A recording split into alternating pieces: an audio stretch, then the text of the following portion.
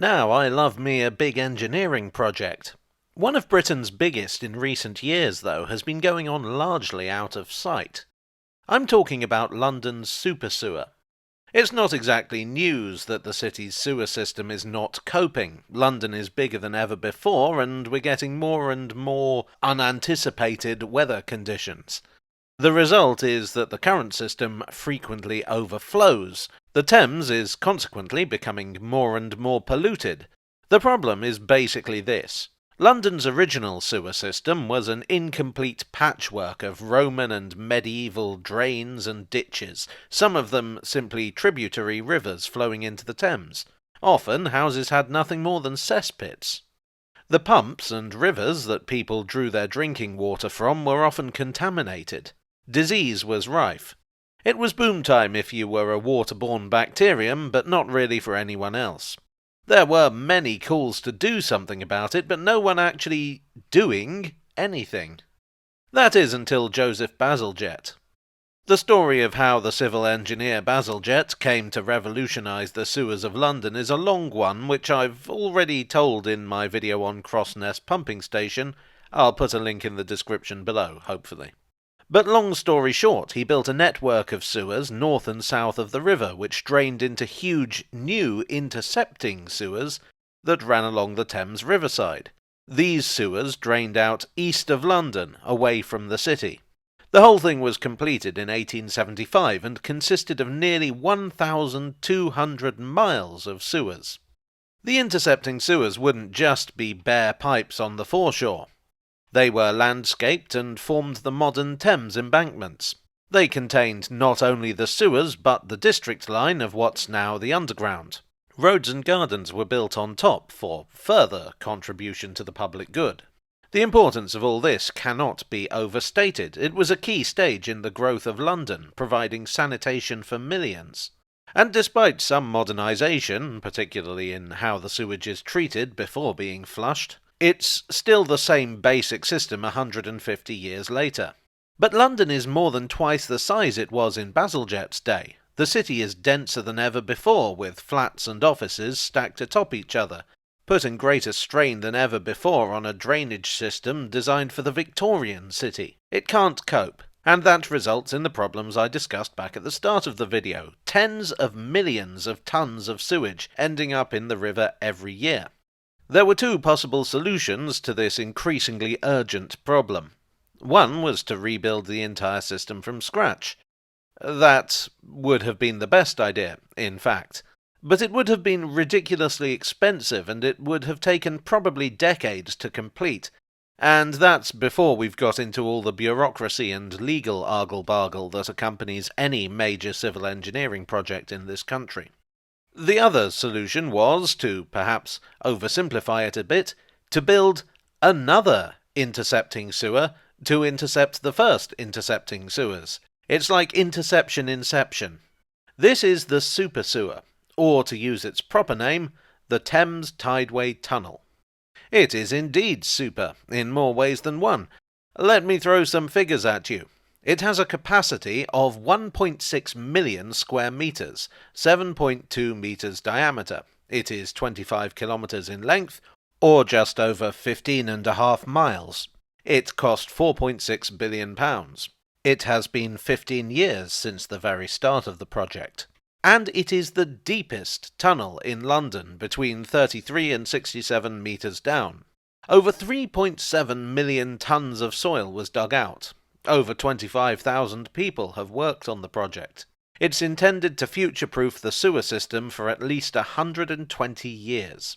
At heart, though, it's an add-on to the original sewers. The way it works is this. Far below the riverbed, you have the main tunnel. This is connected to the old intercept sewers by means of a series of shafts. When the old sewer overflows, which remember is basically every time it heavily rains, the water runs into the shafts. To carry it down without it smacking into the new tunnel with great force, the shafts are helical to slow the flow down, like a helter-skelter. In the fairground sense, not the Charles Manson sense. If you've been in London over the last few years, you may well have seen the workings for the sewers. I have a feeling they may have shown up in some of my old footage. Much of the material for the works were delivered by river, which was far easier than trying to navigate the old roads of the City of London in a whacking great lorry. Now these are the sorts of nerdy details that I find very interesting because I'm a weird guy. But most of that stuff is out of sight. It's the eternal irony of much of the city infrastructure that if it's doing its job you hardly notice it at all. I was invited last week to see another aspect of the project, something more visible. In a kind of echo of the Thames embankments, many of the sites along the length of the sewer are landscaped to form new public spaces. Some, like the newly constructed Bazalgette embankment here, are actually built on reclaimed land in the Thames.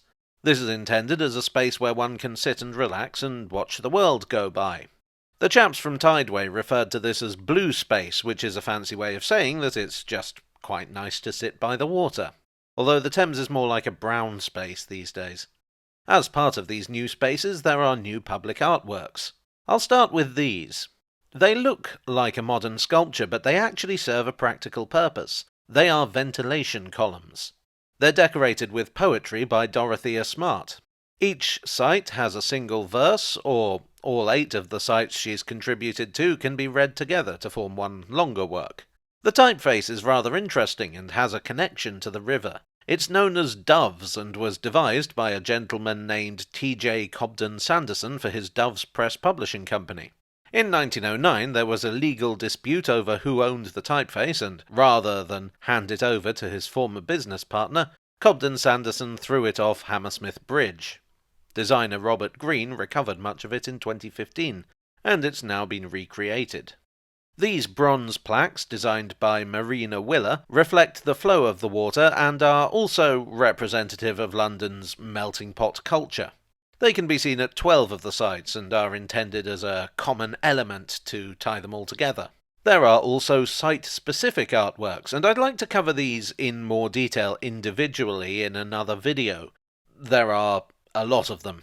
Obviously art is subjective. I should also say that by a bizarre coincidence it turns out I actually know one of the artists, so I am 100% biased. Also, I met several of the others when I went on site, and they were all jolly nice, so I don't think I could bring myself to be mean about their work. This is why I could never be a critic. Bazalgette Embankment is the largest site by Blackfriars Bridge, literally on the edge of the city. The 5 enormous artworks here are by Nathan Coley and are entitled Stages. They are surrounded not only by paving and seating, but a great deal of greenery, which I think is something we can all get behind. It reminds me a little bit of Barbara Hepworth's sculpture garden down in St Ives in Cornwall, if you know what I'm talking about. If you don't, I strongly recommend you pay that a visit. These are just some of the many artworks incorporated into the project. The hope is to have everything open by the end of the year. I'm very much in favour of new public spaces, particularly free ones, but I'm even more in favour of not being up to my neck in sewage. So all in all, I'm very happy the Thames Tideway Tunnel is complete. Well, I do hope you enjoyed today's video. If you did, please do leave a like and consider subscribing for more. As I say, I'd like to look at more of the artworks in more detail. I think you might enjoy them. I would like to thank Tideway for inviting me to have a look around and for providing much of the information and material for this video. I would also, as always, like to thank my donors on Ko-fi, on Patreon, and here on YouTube for your generous support. You are the helix to my drain. And I will see you all again very soon. Cheerio.